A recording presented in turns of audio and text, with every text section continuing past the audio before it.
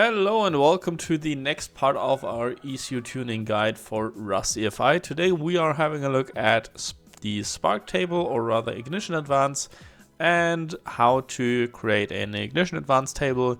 As you may have seen previously, I have done that also on my Speeduino guide, so if you have a look at that, it's basically the same plus some things. So it's basically the same and then some, so there's not that much difference, although we have one thing that is different here, but I'm going to come to that later in the video.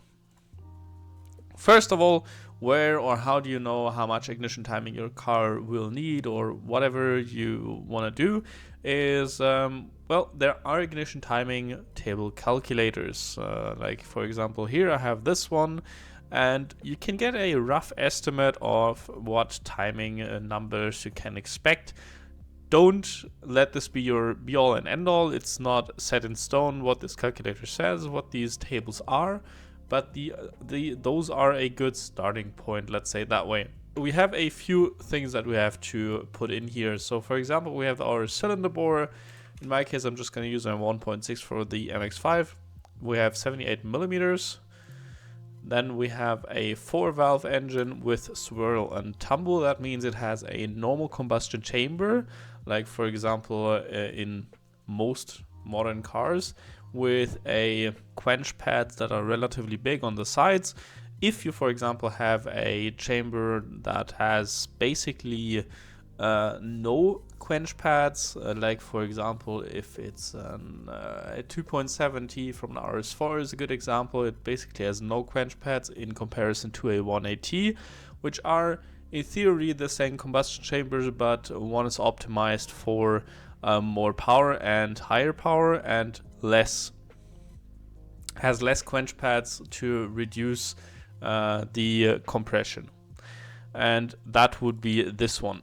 But most engines you're gonna see that look like this have a swirl and tumble with relatively big quench pads. There are also closed chambers, so ones that are completely flat, like for example in the VR6 that has a completely flat chamber where the combustion chamber basically takes place in the piston.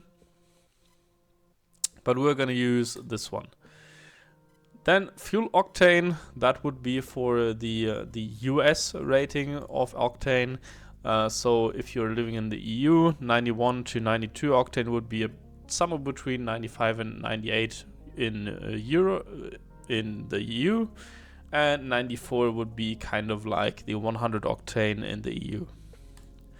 Because I'm running 100 octane fuel, I'm gonna run 94. E85 is a little bit tricky because obviously you'll have variances. Gas station E85 is going to be a little less ethanol content, so you'll have to be on the more careful side if you're going to use the E85 table. But usually the high octane table or high 94 plus octane table should be fine for most things if you're running good fuel. Compression ratio is also important, obviously, depending on what you run. If you're running forced induction, if you're running standard, it only goes down to under 9.021. While yes, a lot of turbo engines, especially older ones like from the late 80s, are running even lower compression, like sometimes even below 8.021. This is, even if you select below 9.021, it's a good baseline to start off of, and to get the maximum out of the engine, you'll need some sort of device to monitor your knock anyway. The pressure at idle is also important, so that's basically where the table it's going to generate is going to be starting and where it's going to be ending. So unfortunately this is going to be in HG, so grams of mercury, I think, or something like that. So for example, normally most engines run at somewhere between 0 and between 30 and 40 kPa. That would be about 9 inches of mercury. So we're gonna put in 9 So maximum boost, this is basically over 100 kPa, but the maximum you can put in here is 21 psi. If you want to go over that, obviously you will have to calculate that yourself and see then. Maximum RPM, well, pretty self-explanatory what you're going to run at, 7500 for me. Idle RPM 750, yeah, that's fine. And then the table is going to be spit out here.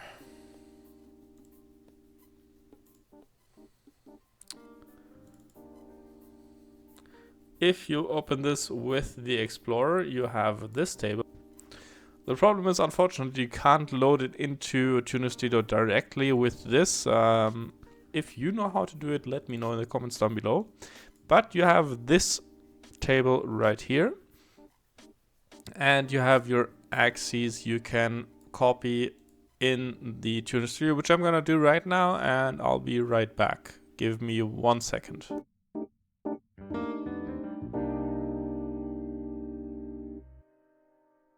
So this is about what the table would look like. While yes, this table would work, I have a few little things that I don't really like when I see a table like this.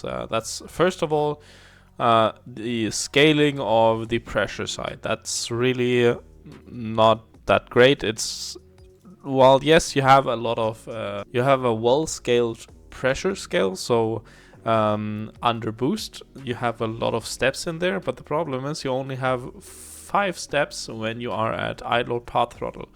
Problem is then that you have like really big steps in there that make it a little hard, or sometimes a little hard to dry or to make the tune drivable.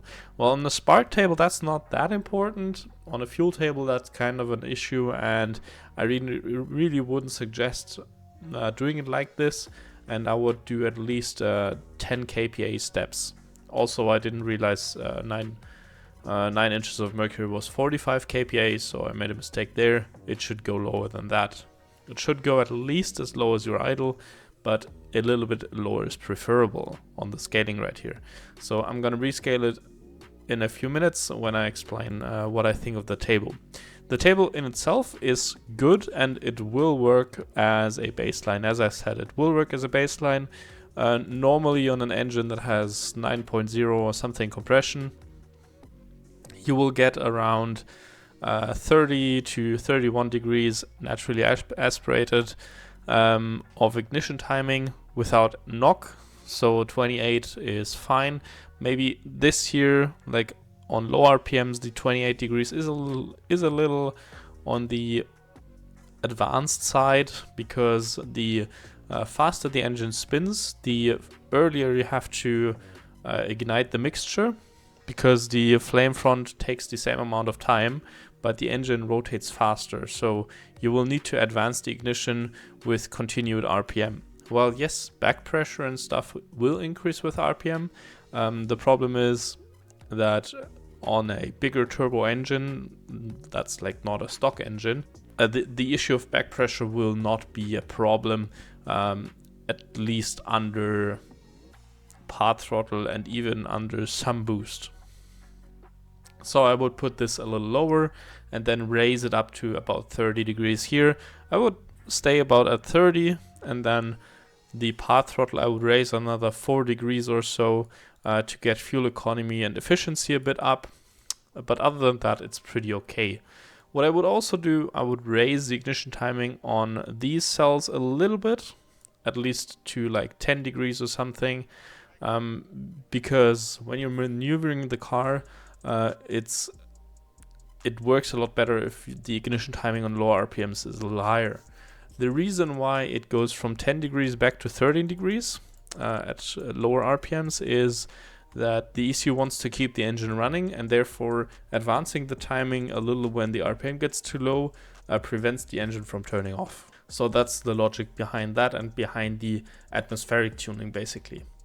When we go into boost, that's something a little different. This table here is relatively aggressive when it comes to timing in boost, because the rule of thumb is to start off of, you would reduce timing 1 degree of timing by every psi of boost you are going up. And as you can see here, we are, for example, if we start at 100 kPa, we are looking at 192 kPa. The scaling is a little bit stupid, but that's about 14 psi. So you would reduce by 14 psi. If you were to start at 28, you would be looking at about 14 degrees here. So 18 degrees is relatively far advanced in comparison to that rule of thumb. While that rule of thumb is very, very conservative, it works for most people and for pretty much even the setups with relatively bad fuel. But if you have good fuel and a not very restrictive turbo setup, you can go a lot higher right here, or a little bit higher at least, not much though. And the higher you go in boost, the sketchier this timing gets depending on your fueling, etc. So you may have to look out if you are really doing full throttle pulls on this map. I would retard the timing in boost a little bit and maybe advance it a little bit in the naturally aspirated areas. I'm gonna let the capture run, and I'm gonna redo the table to what I think would work best, and then I'm gonna explain again.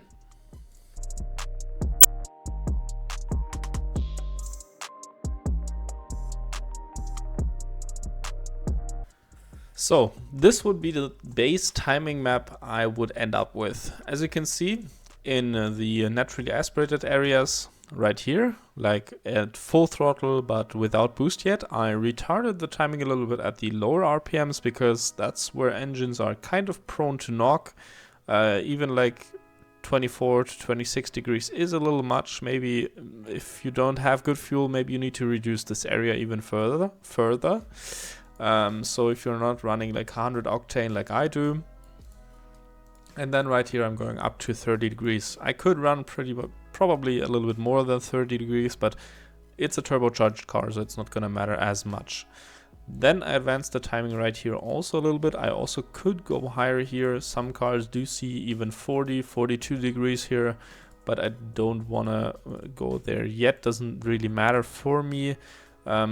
You can go higher here. The problem is testing that is relatively difficult with hearing, knock, etc., because it's going to be relatively quiet, and without a dyno and steady state tuning where you can actually see the torque the engine's producing, it's hard to judge how effective or how efficient the engine is getting there. So keeping this not too aggressive is going to be fine.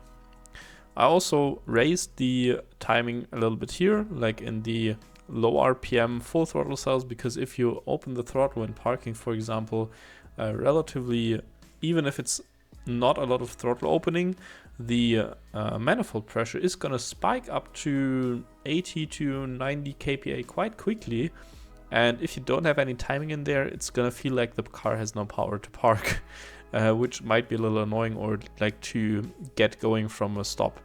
That feels a little bit weird, so I usually put a little bit more timing in there.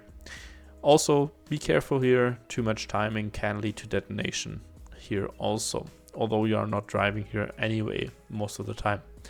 Then I retarded the timing in boost a little bit. I made it extra conservative, as I said, reducing about 1 degree of timing per pound of boost. I did a little less than that. I did like at 14 psi or so. I reduced it by about 12 degrees, which is still totally safe in my case if you're running 9.0 compression. My rule of thumb, if you have good fuel, you can run about 20 degrees of timing at 15 psi of boost. But to get the actual numbers that are possible out of your engine, you'll have to use a knock detection device. And like here at 1.5 bar or about 20 to 22 psi, the timing is really retarded. And if you want to go here, like if you want to use that area of the map, if you want to run that high boost, I would definitely recommend getting some kind of device to listen for knock, because those timing values are so low that you are going to create relatively high exhaust gas temperatures. Something you can do if you, for example, have stock rods in your car is in the area where the turbo is spooling and will hit peak boost. Well, in this case, the timing is already very low, but for example, you can reduce the timing in those cells. Like if you hit peak boost, for example, between 3200 and 3400, for example, you can reduce the timing in that area by, like, let's say 3 degrees, and you will create a little bit of a torque dip inside, or like you will reduce the torque in that area and save your stock rods if you have issues with that. If your stock rods are relatively thin and you have a small turbo, that can help massively. Then last thing, I also changed the scaling here. As you could see, I mentioned that before. I don't like the scaling that gave me. I do really like a much more granular scaling in the path throttle area, and then a less granular scaling in the boost area. It doesn't really matter right here because it's going to interpolate in between the cells anyway. Well, yes, it does that on path throttle also, and it's not as important on the timing table. You want your both of the timing tables or the scaling on your tables kind of to match up, because it's just easier to tune your car like that. One thing you also have to look out for, or should look out for, is the idle timing, because some base maps have that activated. If you have idle ignition table activated right here, then you have a separate table for idle. That basically is used only when your car is below a certain RPM, and that will be used for idle. It doesn't really make sense to use, in my opinion. You can use it, but honestly, yeah, I don't know. If you have a idle air control valve, it's not really necessary. But if you are not running an idle air control valve, this might be necessary to figure out a way to get your idle sorted with ignition timing, although it is not ideal, as I said.